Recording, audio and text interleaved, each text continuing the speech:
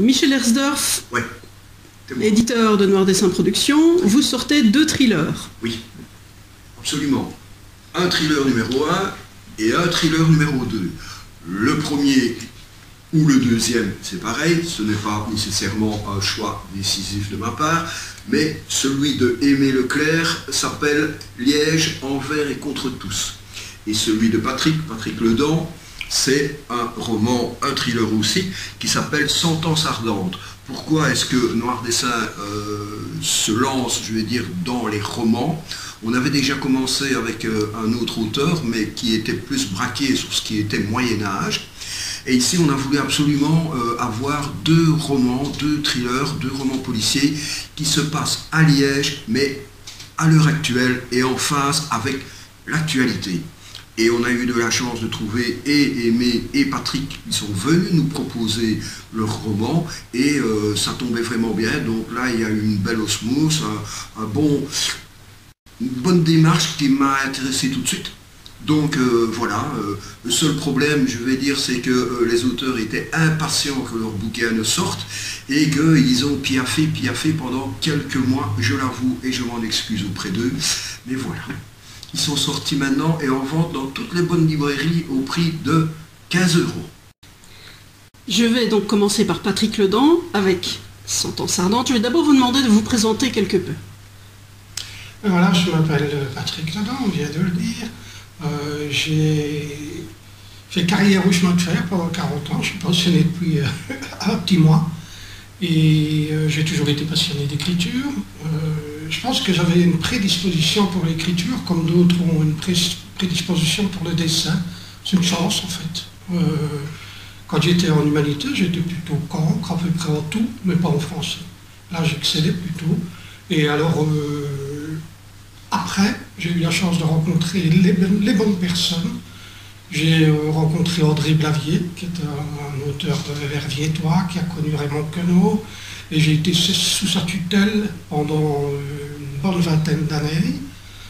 C'est un professeur hors pair, d'une patience à toute épreuve, parce qu'à 20 ans, évidemment, je n'avais pas l'écriture que j'ai aujourd'hui, à 60 ans. En 40 ans, quand même, on s'améliore, enfin, j'espère. Et puis, grâce à André Blavier, rencontré d'autres personnes aussi qui m'ont aidé, qui m'ont permis de voyager un peu. Je suis un auteur de nouvelles, j'ai publié deux recueils de nouvelles, un en 2009, qui s'appelle Le Joli Coup, et un deuxième en 2011, qui s'appelle Avocat. Alors, il me semble que vous ayez une petite dent contre les députés wallons, c'est bien ça? J'ai peut-être une petite dent contre la politique en général, en tout cas contre le côté artificiel, contre le côté m'as-tu vu de la politique et contre la langue de bois. Oui, je suis un personnage franc, direct, et la politique m'agace sur ce point-là. On n'arrive jamais à avoir une réponse à sa question. Et alors j'ai imaginé, parce que j'ai volontiers le sens de l'exagération, j'ai imaginé que pour une personne, un quidam, il poussait ça jusqu'au meurtre et il décimait un par un tous les députés du gouvernement wallon. Évidemment, c'est pas sérieux, mais en tout cas, ça fait rire. Donc, moi que ça me fait rire, moi ça me permet d'écrire, c'est bien. Ça se passe à Liège aussi. J'avais absolument besoin de revenir de Paris à Liège, puisque les 2 premières recueils de nouvelles, c'était à Paris. Et je voulais revenir dans ma ville. C'est quand même plus facile quand on travaille avec le décor dans lequel on vit. Et quand on travaille avec cette ambiance extraordinaire qui existe à Liège, quand on connaît par cœur toutes les ruelles, tous les dédales, on a l'impression d'être entouré dans son travail comme par une personne vivante. Liège était pour moi une personne vivante. Et je parlais de tutelle tout à l'heure, ben c'est ça, quelque part, j'ai peut-être écrit ce roman sous la tutelle de Liège, allez savoir. Votre personnage principal, c'est un commissaire, encore un autre commissaire liégeois donc. Un commissaire liégeois qui s'appelle le commissaire Bontemps, il a une 50aine d'années, il est chauve, c'est un commissaire de la vieille école qui travaille avec les anciennes méthodes, donc il y a l'enquête, il y a la recherche du coupable, il y a les alibis, il aime bien des crimes à la Cluedo, quelque chose qui est carré et qui est facile à résoudre. Et il a pour adjoint 2 nouveaux inspecteurs qui qui sont de la nouvelle école et qui sont amateurs de nouvelles méthodes d'investigation, ADN et tout ça, ça lui casse plutôt les pieds, tout ça, longtemps. Et je me suis aussi amusé à opposer ce modernisme et, j'allais dire archaïsme, mais est-ce que c'est archaïsme? Je ne crois pas. Non, c'est vraiment simplement, voilà, on va dire une façon assez conventionnelle de concevoir une enquête policière, pas forcément la plus mauvaise non plus d'ailleurs. Je vais maintenant passer donc à monsieur Aimé Leclerc, qui lui a sorti Liège envers et contre tous. Le titre, Envers et contre tous. Alors le héros de l'histoire, qui est un liégeois, et comme tout liégeois, il a le cœur sous la main, ben, il va se retrouver à gérer un réfugié qui est atterri dans sa vie sans prévenir. Donc il va essayer de se dépatouiller, il va essayer d'arranger les histoires. Donc, avec un camarade, un ancien camarade, il va se dire on va lui payer un billet de train pour qu'il aille à l'endroit où il veut aller, rejoindre son frère qui vit en Allemagne. Et malheureusement, dans l'histoire, tous les plans vont être contrecarrés par une histoire de vengeance, une personne qui va surgir du passé et qui va mettre tous leurs plans par terre. Il va même se servir de la situation du réfugié pour se venger. Donc le héros va se retrouver à Lantin, va devoir, lui, gérer cette histoire, et le réfugié, lui, va parvenir à partir, à arriver à ses fins.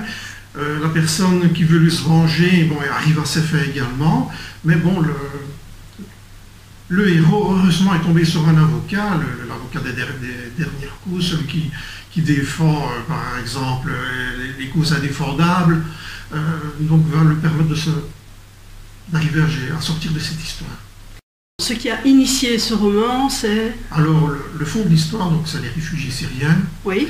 Ça m'avait interpellé, toute la haine qu'on peut lire sur les réseaux sociaux, qui s'exprime donc sous couvert de l'anonymat. Et bon, je me suis dit, j'ai envie de m'exprimer là-dessus. Et mon personnage principal, donc, qui s'appelle Charles, donc, va vivre apparemment toute cette histoire que j'ai écrite pour pouvoir un petit peu y voir plus clair dans ma tête par rapport à cette problématique. Alors, je voudrais bien simplement signaler une petite chose, parce qu'ils sont passionnés tous les deux par leur roman, mais il y a des fois des petites notes comme ça, des petits flashs, et notamment ce qui est assez... moi ça m'a séduit un petit peu, parce que c'est un homme, quoi, c'est humain. En fait, le personnage principal, il adore la bière, il adore la Jupiler, et il adore aussi les cacahuètes salées, qui mangent au coin d'un comptoir dans un café de Saint-Ouen-le-Perche. Tout à fait. Donc voilà, il faut savoir ça. Et par rapport à Patrick, eh bien, son commissaire, c'est un commissaire, comme Patrick l'a expliqué, qui est un petit peu moins de son temps, parce que de son temps, ce sont plutôt ses adjoints, mais c'est un homme aussi qui arpente Liège tout le temps, et quelle manière la mieux possible peut-on arpenter et connaître vraiment une ville. Je pense que Simenon l'a dit aussi, et un monsieur pour qui j'avais énormément de respect, que j'ai toujours, mais qui nous a quittés, qui était aussi un journaliste liégeois et un auteur liégeois, c'était Jean Jour, qui aussi se baladait tout le temps à Liège et sentait sa rue, sentait les rues, sentait les trottoirs, sentait aussi les cafés, parce que ça, on est humain, hein, on est bien d'accord, on est humain, et ça c'est important également. Et sentait sa rue, c'est la mienne aussi. Oui, tout à fait, voilà, oui, c'est trop bien ça. Voilà. Enfin, voilà, c'est ça aussi, c'est des personnages humains, et je crois que derrière les personnages littéraires, il y a toujours les auteurs en fait. Voilà. Et c'est maintenant qu'Aimé va me dire, moi je n'aime pas les Jupiler, je préfère les bières spéciales. Voilà, tout à fait. Et toi aussi, non? Toi aussi, hein, c'est les bières spéciales, toi? Non, c'est la Jupiler, voilà. Je commence par une lèvre blonde, voilà. Puis je finis sur un lancé. Voilà, c'est de la publicité gratuite. Je le signale tout de suite. Une bonne Jupiler bien fraîche. Ah, quel joli placement de produit. Pas mal, hein? Pas mal, hein? Surtout qu'on a le soleil qui sort maintenant. Et voilà. Oui.